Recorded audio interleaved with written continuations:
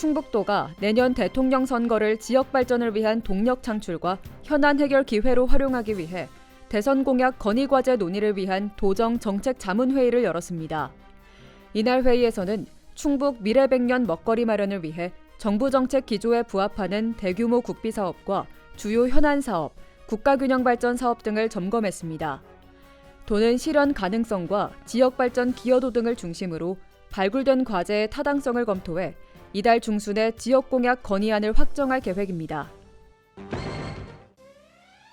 이시종 지사가 코로나 상생 국민지원금 신청이 시작됨에 따라 최근 기승을 부리고 있는 스미싱 문자 피해가 우려된다며 선제적인 대응 마련을 주문했습니다.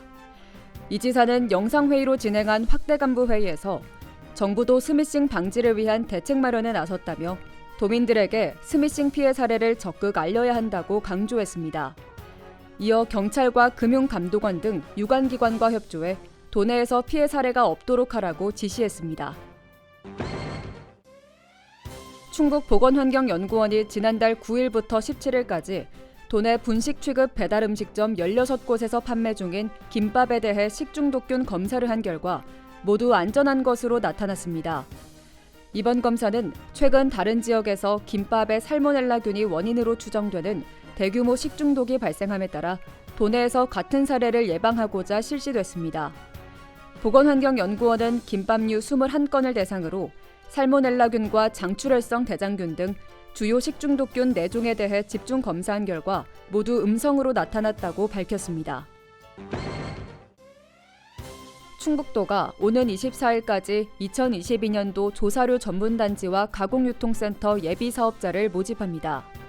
지원 자격은 농업경영체와 생산자 단체로 접수가 마무리되면 농림축산식품부가 10월 중에 종합심사를 거쳐 예비사업자를 선정할 계획입니다. 예비사업자로 선정되면 조사료 전문단지는 4.12지 제조비와 조사료 기계장비, 조사료 가공유통시설은 조사료 생산시설과 대형 저장시설 등을 지원받게 됩니다. 제3회 국제무예액션 영화제가 예정대로 다음 달 21일부터 25일까지 청주에서 열립니다. 영화제 집행위원회는 무예의 변주 액션이라는 주제로 온라인과 오프라인으로 병행 개최하기로 결정했습니다. 20여 나라에서 출품된 60편의 영화를 선보일 위원회는 청주 문화재조창 잔디광장에서 개막식을 시작으로 시내 영화관에서 실내 상영을, 개막식 무대에서는 야외 상영을 이어갈 계획입니다. 알림마당입니다.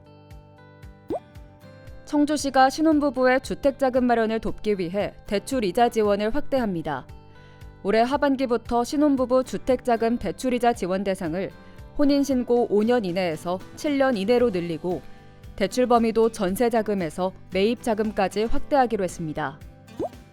단양군이 본격적인 버섯 채취 시기를 맞아 다음 달 23일까지 불법 채취 행위 단속 기간을 운영합니다. 군은 임산물 불법 채취 금지 현수막을 관내 144개소에 게재하고 구규림의 임산물을 무상 양여받은 단성면 가산리 등 18개리를 단속합니다.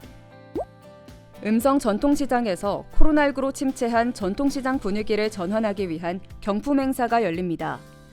이번 행사는 음성시장 상인회 주관으로 11월 9일까지 진행되며 시장 내 점포에서 3만 원 이상 결제한 뒤 영수증에 인적사항을 적어 해당 점포에 응모하면 추첨을 통해 3만 원 상당의 쿠폰을 지급합니다. 진천군이 노후경유차 150대의 조기 폐차를 지원합니다. 지원 대상은 배출가스 5등급 경유차나 2005년 이전 배출허용 기준을 적용해 제작된 도로용 건설기계로 3.5톤 미만은 최대 300만 원, 3.5톤 이상은 최대 4천만 원을 지원합니다.